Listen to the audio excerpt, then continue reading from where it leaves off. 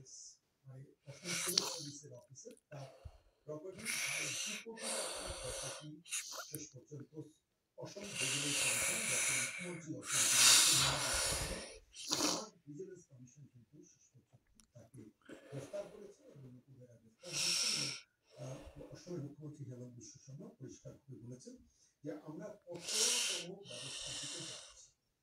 আমরা কঠোরতম ব্যবস্থা দিতে যাচ্ছি অসম সিভিল সার্ভিস নজর মধ্যে করে রেখেছিলাম এবং তার প্রেক্ষিতে আমি সিদ্ধান্ত নিচ্ছি এটা অসম সরকারের মুখ্যমন্ত্রী হেমন্ত বিশ্ব শর্মা জানাচ্ছেন শুধু নয় অসম থেকে যারা সরকারি অফিসারের দিকে তারা কিন্তু ইতিমধ্যে তারা ভিজিলেন্স ইন্সপেকশন চলছে অসমে যদি এটা হয় পশ্চিমবঙ্গে কেন পশ্চিমবঙ্গের ক্ষেত্রে কি অসুবিধা আছে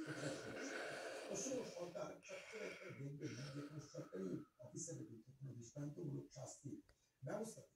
16 লক্ষ টাকা তার নিজের লিগেল ফ্ল্যাট থাকা সত্ত্বেও সরকারের কাছ থেকে হাউসের বাবদ দিয়েছে এবং সেই সম্পর্কে ডিটেল রিপোর্ট 31শে জানুয়ারি বেলা পুলিশ দিয়েছিল সেই রিপোর্টে কি সেই রিপোর্ট কি ফাইলবন্দি হয়েছে না সেই রিপোর্ট তার কোনো বিহিত হয়নি সেই রিপোর্ট কিন্তু শুধুমাত্র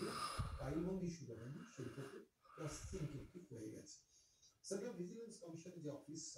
সতর্কতা ভবন ব্লক এ জিপিও কমপ্লেক্স আইনে নিউ দিল্লি এই অফিসে এখন চূড়ান্ত ব্যস্ততা চলছে পশ্চিমবঙ্গের চিন্তায় আমি এর বেশি কিছু বলছি না সেখানে ঠিক পাশাপাশি একই সঙ্গে cabinet secretary the government of India রাষ্ট্রপতি ভবনকেও সমস্ত বিষয়গুলোকে অবহিত করে রাখা হয়েছে এবং department of personal and training government of India room number 112 north block central secretary new Delhi তাকেও কিন্তু সমস্ত বিষয়গুলো অবহিত করে রাখা হয়েছে এই একটা পশ্চিমবঙ্গে কি হতে পারে এবং তিনি নির্বাচনের আগে যদি সেন্ট্রাল ভিজিলেন্স